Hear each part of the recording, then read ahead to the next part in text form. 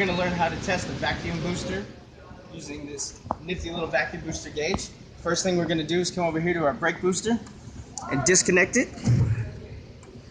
We'll take our gauge, hook our gauge right up to the vacuum hose. Then we'll start our vehicle and we'll get the reading out from this.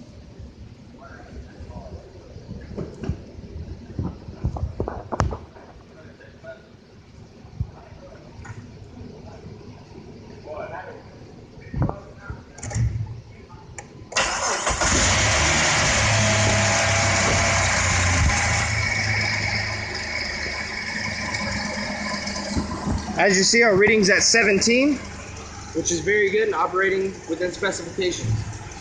And that's how you perform a vacuum test.